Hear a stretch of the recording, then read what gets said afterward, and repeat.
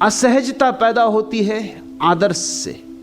मनुष्य पाखंडी हुआ, असहज हुआ, जटिल हुआ आदर्शों के कारण। लोग सिखा रहे हैं एक दूसरे को, माँ बाप सिखाते हैं बच्चों को, ऐसे हो जाओ कि देखो तुम्हें बनना है बुद्ध जैसा, कि बनना है सिकंदर जैसा, कि बनना है ऐसा। कोई माँ बाप अपने बच्चों को नहीं कहते कि तुम्हें तुम ही बनना है। बचना बुद्धों से, बचना महावीरों से। वे हो गए, सुंदर थे, महिमापूर्ण थे, मगर उनसे अगर कोई एक बात सीखनी हो तो यही सीखना कि वे अपनी निजता में जिए, तुम भी अपनी निजता में जीना। आचरण मत करना, अनुकरण मत करना। अनुकरण और आचरण आदमी को झूठा कर देते, क्योंकि द्वंद्व पैदा हो जाता। तुम कुछ हो, कुछ थोपते हो तो दोहरी बात हो जाती। हो कुछ, करते कुछ हो कुछ, बोलते कुछ हो। तुम्हारे कपड़े कुछ, तुम्हारी आत्मा कुछ। तुम्हारे बाहर भीतर के रंग में भेद पड़ जाता, तुम्हारे भीतर खंड हो जाता। और खंडित हो जाना असहज है। सहज का अर्थ होता है अखंड जीना। तुम जैसे हो वैसे ही जियो। जरा सोचो इस बात को, ये बहुत बहुमूल्य बात है। तुम जैसे हो बस वैसे जियो। बुरे तो बुरे, भले तो भले। तुम सारी दुनिया को अपनी वस्तु स्थिति से वाकिफ हो जाने दो। तुम अपने को उघाड़ दो। तुम कह दो कि ऐसा मैं हूं, यह मेरी नियत थी, ऐसा मुझे परमात्मा ने बनाया, उसकी ऐसी मर्जी। स्वीकार करे दुनिया तो ठीक, अस्वीकार करे तो ठीक। जब तुम चाहोगे कि दुनिया मुझे स्वीकार करे ही, तभी अड़चन शुरू होगी। तब यह होगा कि दुनिया जैसा चाहेगी वैसा तुम्हें होना पड़ेगा।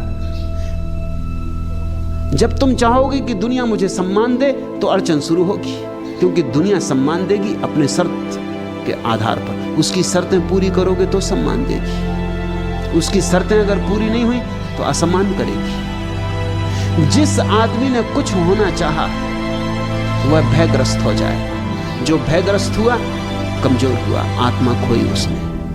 कुछ होना मत चाहना, जो तुम हो पर्याप्त हो। परमात्मा की दृष्टि में तुम अंगीकार हो, अन्यथा तुम होते ही नहीं। उसने तुम्हें स्वीकारा है। जुन्नैद के जीवन में कथा है। नए गांव में आके ठहरा जुन्नैद। सूफी फकीर था, बड़ा फकीर था। उसके पड़ोस में एक शरारती उपद्रवी आदमी था। 2-4 दिन तो उसने देखा, फिर उसके बर्दाश्त के बाहर हो गए। एक सांझ प्रार्थना कर रहा था, नमाज में था। प्रार्थना के बाद उसने कहा, हे प्रभु, इस आदमी को समाप्त कर। इसकी क्या जरूरत है दुनिया में? ये मेरा पड़ोसी, ये सिवाय उपद्रव के कुछ भी नहीं। ये तेरे लोगों को सताता है, परेशान करता है, दुष्ट है। जुन्नैद को कभी किसी प्रार्थना में परमात्मा का उत्तर ना आया था। उस दिन आया। परमात्मा ने कहा, जुन्नैद तू 4 दिन से यहां, मैं इस आदमी के साथ 60 साल से हूं। ये 60 साल से मेरा पड़ोसी, क्योंकि मेरे तो सभी पड़ोसी। मैं इसे 60 साल से बर्दाश्त कर रहा हूं, तू 4 दिन ना कर सका। और जब मैं इसे 60 साल से बर्दाश्त कर रहा हूं तो इसमें कुछ होगा,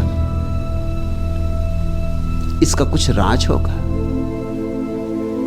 तुझे ये तो सोचना था कम से कम प्रार्थना करने के पहले कि जो परमात्मा को स्वीकार है उसमें तुझे क्या शिकायत हो सकती। यह बात प्रीतिकर है। जुन्नैद ने उस दिन से फिर किसी आदमी के सुधार की प्रार्थना भी नहीं की, क्योंकि जैसा परमात्मा की मर्जी, जैसा है ठीक है। हम कौन? जीसस के पास कुछ लोग एक स्त्री को लाए और उन्होंने कहा कि इसने व्यभिचार किया है, और पुराने शास्त्र में लिखा है कि पत्थर मार के इसकी हत्या कर देनी चाहिए। आप क्या कहते? जीसस नदी के किनारे बैठे थे।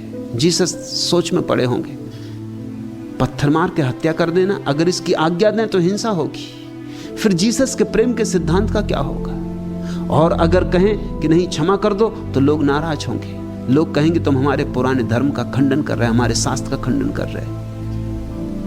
लोग यही चाहते थे। असल में लोग आए ही इसलिए थे कि अगर जीसस कहेंगे कि क्षमा कर दो इसको,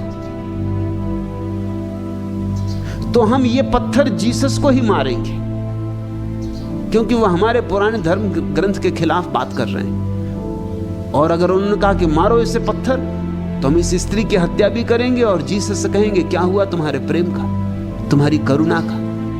कहां गई तुम्हारी करुणा, कहां गया तुम्हारा प्रेम? सब धोखाधड़ी की बातें।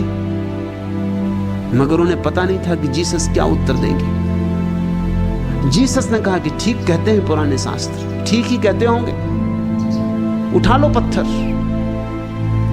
इस स्त्री की हत्या कर दो। लेकिन पत्थर वही लोग मारे जिन्होंने कभी व्यभिचार ना किया हो और कभी व्यभिचार का विचार ना किया हो। वो जो पंचगांव के आगे खड़े थे, मेयर रहा होगा और म्युनिसिपल कमेटी के मेंबर और सब, वो जल्दी से पीछे हट गए भीड़ में, क्योंकि कौन झंझट करे, गांव भर जानता है, सबकी हरकतें जानता है। और अगर व्यभिचार ना भी किया हो तो विचार तो किया ही। ऐसा आदमी तो खोजना कठिन है जिसने व्यभिचार का विचार ना किया हो,